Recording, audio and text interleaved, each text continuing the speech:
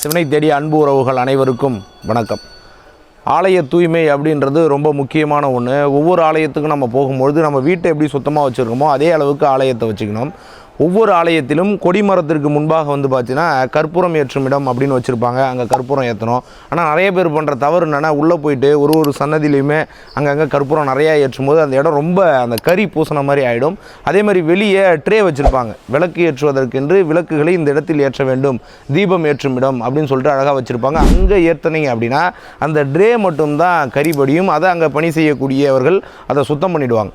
நாம் என்ன பண்ணிவிட்டோம், ஒரு இடத்துல பைரவருக்கு நேராக தான் நாங்கள் ஏற்றணும், விநாயகருக்கு நேராக தான் எங்களை விளக்கு ஏற்ற சொன்னாங்க அப்படின்னு சொல்லிட்டு நிறைய விளக்குகளை ஏற்றும் போது பழமையான ஆலயங்கள் ரொம்ப கரிபடைந்து அதனுடைய சிற்ப கலைகள், நீங்கள் ஏற்றுற விளக்கினுடைய நெருப்பு சுடர் அந்த இறைவன் மீது படுற அளவுக்குலாம் கிட்ட ஏற்றுறாங்க. அதனால் இதெல்லாம் ஒரு மிகப்பெரிய தவறான செயல். அதெல்லாம் நிறைய ஆலயங்கள் சிதிலம் அடைஞ்சிருக்கு. அதெல்லாம் மீட்டெடுப்பதற்காக பல பேர் நம்ம எல்லாம் போராடிட்டு இருக்கும்போது இருக்கின்ற ஆலயங்களை அழகாக பாதுகாத்து வந்தால் அதுவே மிகப்பெரிய சிவபணியாக இருக்கும். அதனால் உங்களை வேண்டி விரும்பி கேட்டுக்கிறேன், எந்த இடத்துல கற்பூரம் ஏற்றணும், எந்த இடத்துல விளக்கு ஏற்றணுமோ அங்கே அதை செய்யுங்க.